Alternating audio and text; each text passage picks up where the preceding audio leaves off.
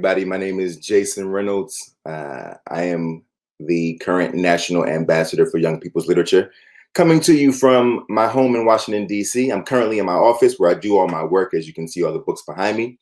I'm also the author of Stamped Racism, Antiracism and You. And actually, I should say I'm the co-author of the book. It came about because there is a wonderful race scholar named Dr. Ibram X. Kendi. He's America's foremost race scholar in this moment. And he published a book in 2016 called Stamped from the Beginning, which is a history of racist ideas and policies. And he won the National Book Award. We met at the National Book Award, and it was there that it was shortly after that, rather, that he asked me to somehow translate all this work. I mean, it was 600 pages of scholarship about the history of race in America from the 1400s all the way up to current day. And he wanted to figure out a way for that book to be translated into something for younger people, or for people who may not be scholars or who don't have the capacity to read a 600-page tome, a brilliant tome, but a tome nonetheless. And so after some prodding, I eventually said yes and decided to tackle it. And the purpose behind it is to make sure that this information is as accessible as possible so that we can sort of arm ourselves with information, create new vocabulary, and hopefully begin to actually push the line and move the needle as it pertains to the conversation around race in America. I think creativity comes into play when it comes to the retelling of a thing or the telling of it in general, because I think we live in a world where young people are hyperstimulated. And that's not necessarily a new thing anymore. There's the internet, there's social media, there's video games and YouTube, there's all sorts of things to, I won't say distract, but to engage young people. And so as a writer, we have to figure out how to not fight against those things, because we're going to lose that fight. Our job is to work with those things and to meet them where they are and to create hyperstimulation even within the pages of a book. So in order to do so, the first thing you have to do is you have to figure out how to tap into the psyche of young people. And the best way to tap into their psyche is to tap into their language. I think it's the way that we say things that determine how we engage with the kids around us. The way that we say things will create the tether that brings about the trust that they have for the person who's speaking, especially if that person is an adult, and most especially if that person is talking about something that they normally would not be interested in. I was not a child who was interested in history, especially reading a history book, especially if that book reminded me anything of school or textbooks or class. And so my job was to subvert all of those expectations, to let them know that this not only can be cool, but it can be written in a way that feels familiar and conversational, and still also have an extraordinary bearing upon your life, in terms of just making sure that you have the information necessary to make this world a better place, like so many young people actually want to do anyway. History has to be spoken about as conversation, because ultimately that's what it is, right? Like conversation is the volleying of back and forth of ideas.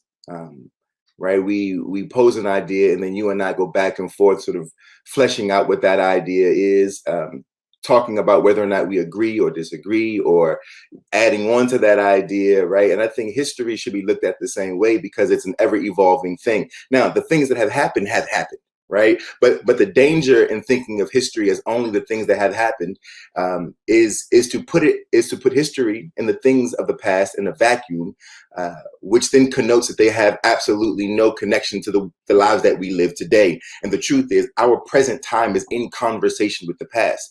Our present time is also in conversation with the future. As a matter of fact, the past is in conversation with the future, right? And so there's this constant sort of interplay between where we are today, where we're going, and where we've been, and the volleying of ideas and the evolution of those ideas back and forth that's basically our lives in a nutshell. If we're doing it right, if we're living examined lives, which is what I'm also and what we're also encouraging. I think history living in a bubble is dangerous, because what it allows us to believe is that there's no more work to be done. It allows us to believe that what has happened in the past has stayed in the past, but we all know that that's not true, especially those of us who are living any sort of marginalized lives in this country. And so I think for me, I want to bust the bubble that history apparently lives in, and say, no, it's not that history lives in this bubble. History is perennial, right? Think of history as an ongoing train, and at any given time, we are on that train in different cars. But instead of it being like, we're on different trains and history is one train and the present is a separate train and the future is another train. Instead, we're all on the same train, just in different cars, right? History might be in a car behind us, and we might be in this car, and maybe there's something in the car ahead of us, but it's still one singular train. And if any part of that train goes down, all the train goes down. So it's best we examine every single part of the train to make sure the train keeps moving forward, so that we can then determine what's the best way to get to whatever destination that we're trying to get to. But to pretend like the back of the train doesn't exist is dangerous if we actually want the train to function, right? So we have to acknowledge the engine, we have to acknowledge the caboose, we have to acknowledge every part of that train, even if there are parts of the train that get a little mucky and a little clunky and a little ugly and a little oily. It's still the train that we are on. And that's the way that I look at this conversation. From the very beginning of the book, I really was fascinated by Gomez Eyanes de Zurara. Now, this is a man whose name we do not hear. I had never heard before starting to work on this book. And he was a Portuguese scribe. He was the man who was responsible for telling the story of how the Portuguese went into North Africa, enslaved the North Africans, and told the story of how what made them different than the other European countries who were enslaving people. What made them different was that they were doing it for salvific reasons. They were doing it to give the Moorish people Christianity and to save their souls and to civilize them, and all of this sort of narrative that ended up becoming the main narrative for the enslavement of Africans that came to America, or to the Americas rather. And I was fascinated by this person, not because he was a part of the actual slave trading, because he technically wasn't. He technically wasn't he wasn't like boots on the ground, right?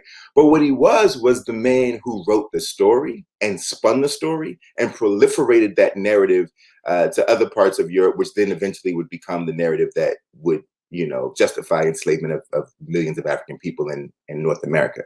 And the reason why I find it fascinating is because I work in literature, I work in media, I tell stories. And so I recognize the power of media, the power of literature, the power of language, the power of story, and how that story that he told set forth one of the most tragic and complicated systems that the world has ever seen. And so what exactly is my role as a storyteller? And furthermore, what exactly is the power of the storyteller going forward? So he was definitely one of them. I also was fascinated by Thomas Jefferson. I mean, we all know the story of Thomas Jefferson, or at least we know bits of it, but to look at Thomas Jefferson as a man who was full of contradiction, a man who went back and forth between knowing that slavery was wrong, but not being willing to stand on his ethic because of his need for money, and understanding that slavery was capitalist and an economic advantage. Right? It's a complicated thing. And to see him sort of teeter back and forth his entire life between doing the right thing and living the wrong thing, between knowing slavery was wrong, but owning slaves, he represents what I think a lot of us feel, right? A lot of people, a lot of human beings, not necessarily in the sense of the ownership of humans, right? Of course, not that, but in the sense of grappling with one's morality up against the realities of a country's sort of economic system. All of us have been in a situation where it's like, do I do the thing that is right, or do I do the thing that is prosperous?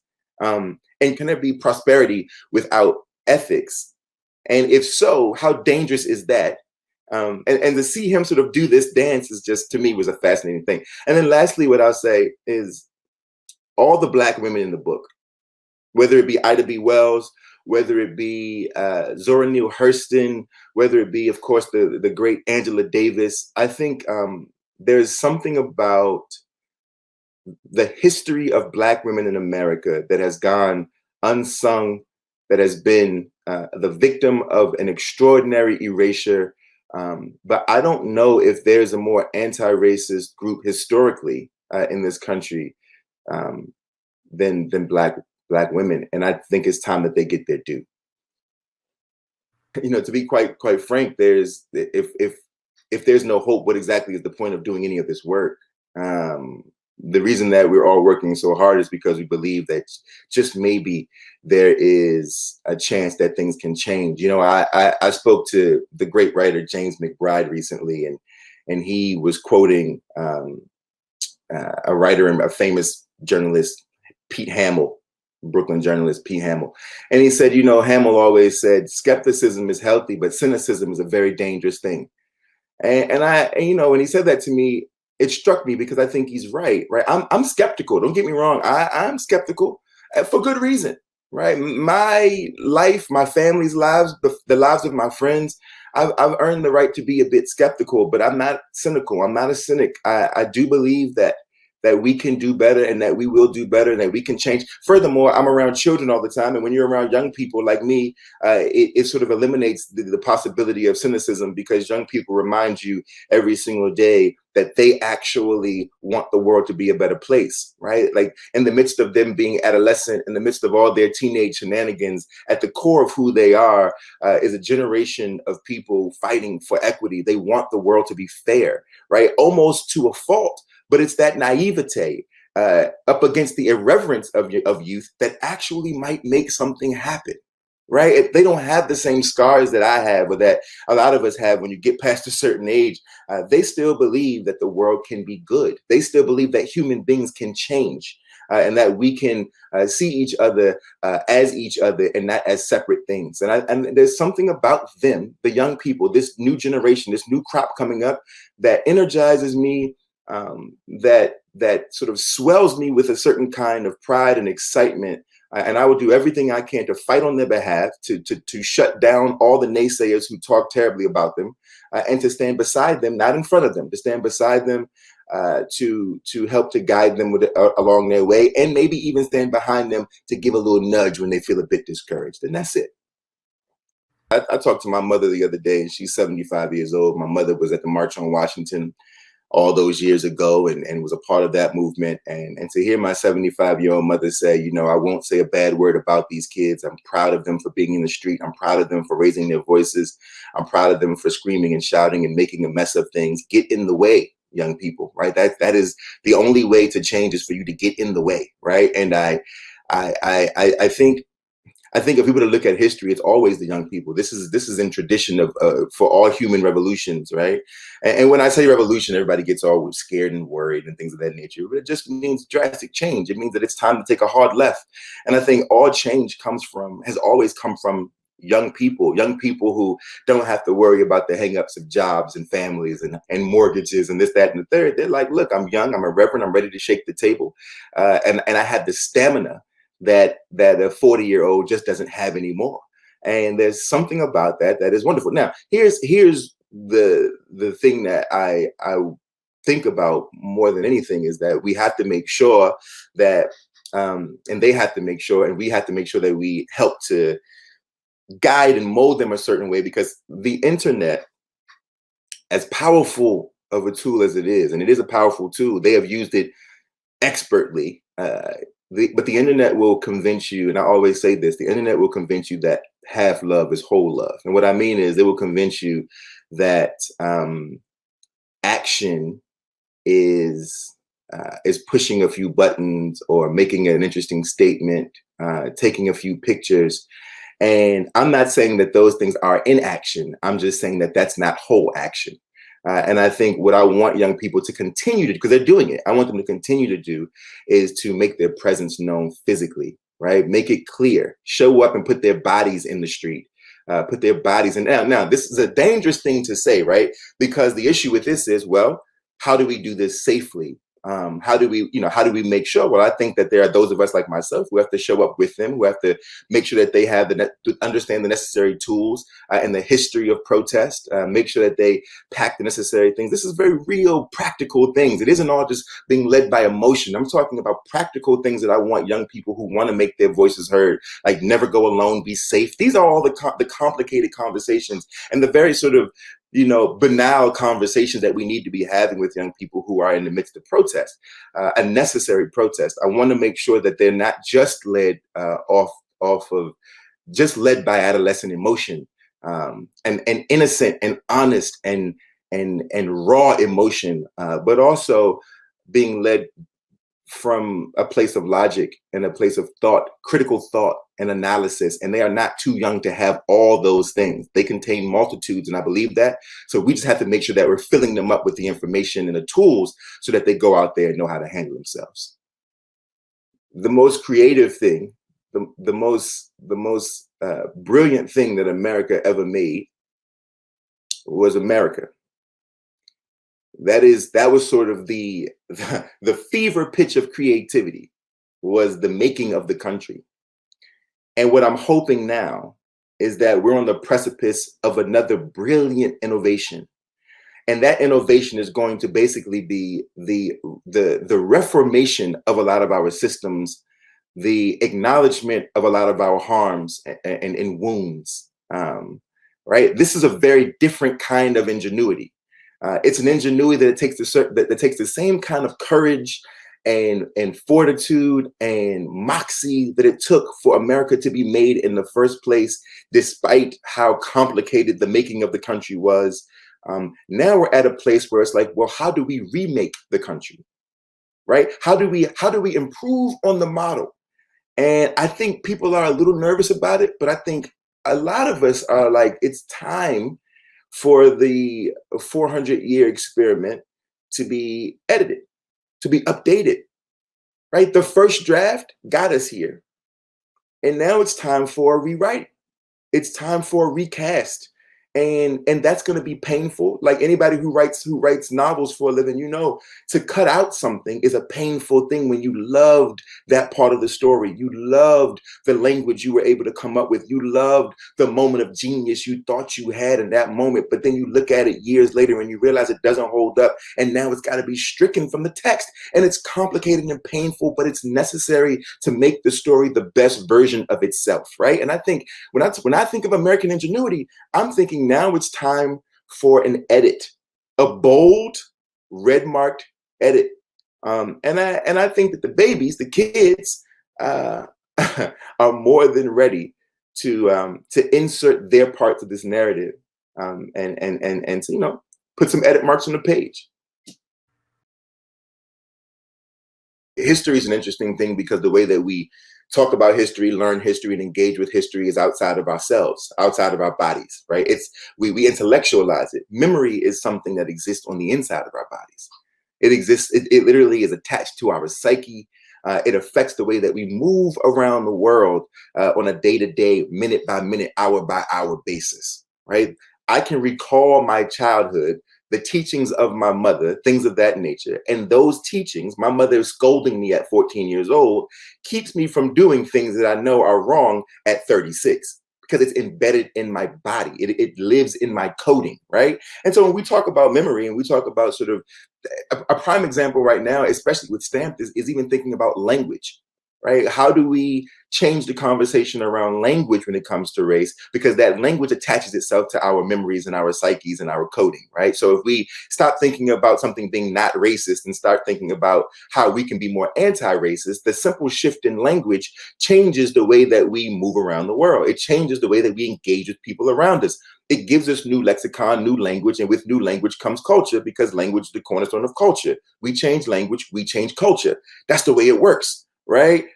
If we're being honest about it. Now we can change language and use that language to cheat, right? Language is either going to exclude or include, right? That's the way it works. So we can sort of manipulate language negatively, but what we're asking is that we use this new vocabulary, this new lexicon, to basically build upon a culture and shift it with the shifting of the language. So instead of saying, like, you know, I'm not racist or I don't want to be racist, you work to be anti-racist so that you have to be active, and anti-racism and the actions that you make as a person striving for anti-racism then attaches itself to your memory. Then, you know, moving forward, every time you see something that doesn't feel right, or that goes against what you know to be racist, or that goes against what you know to be anti-racist, your memory and your psyche will kick itself on, and you will know that this requires an anti-racist action. Right? It's no different than thinking about antibodies when it comes to viruses. I talk about this all the time. The reason that we inject antibodies into the body, which is basically dulled version of the active virus, is because we need your cells, your protective cells in your body, to recognize when the virus has come to activate themselves and attack the virus before it attacks you, right? So what we're saying is, which means, by the way, the body has memory.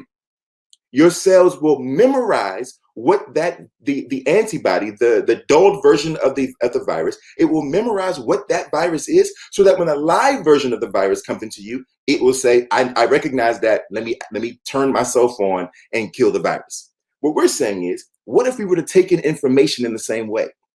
What if we would have changed our language and our dialogues and our conversations and even our actions in the same way, so that the moment that racism enters the body, by the way, it's almost always vaporous. You can't always see it. But the moment that racism enters your space, enters your body, the antibodies of anti-racism attack it, because it remembers what it looks like, what it sounds like, what it feels like, what it smells like. It remembers it. It attacks it before it turns you into something that you do not want to be.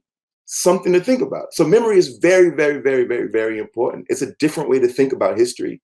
It's a way to think about history as something intrinsic, not just as something that exists sort of outside of ourselves. The racism of America is woven into the fibers of the country. And I know we don't like to talk about it. Some of us don't like to talk about it, but racism is woven into the fibers. It's in the genetic code of America. It's woven into our systems, our policies, our laws. It is much bigger than a you and me thing, than a person-to-person thing. It exists on a macro level and a systemic level. That being said, you and me, and you and I still have responsibilities to treat each other as human beings. And in order to do that, one must strive toward anti-racism. Anti-racism is not a place you can get to. It is not a destination. No one will ever actually make it there. The point is to fight for it, to work toward it. Racism will continue to evolve. Therefore, the way that we look at it and study it and fight against it has to evolve with it. The language will continue to change. We will continue to learn. If we're on this process and we're on this journey to learn forever, then the world will be a better place, right? It literally comes down to that. If I can wake up every day and say, I want to be more anti-racist, I want to look at human beings as they are, because they are who they are, and that's it, right? And love them for that. Nothing extra, no tags, no, but they're this, but they come from here, but they speak this language, but they're black, but they're brown, but they're all the things. No. I'm going to give everyone the benefit of the doubt for no other reason than the fact that they are on this plane. They exist. And that means that they deserve a right to life and to freedom and to liberty and to equity, right? All those things. I think if we can do that every single day, then we'll be all right. But we got to make sure we focus on the micro and the macro, right? The micro is you and I, our everyday interactions, but the macro is making sure that we change our governmental systems, that we fight for that, fight to shift the systems and the laws and the policies that have been written as racist from the onset. And the history is what gives us the power to even know that.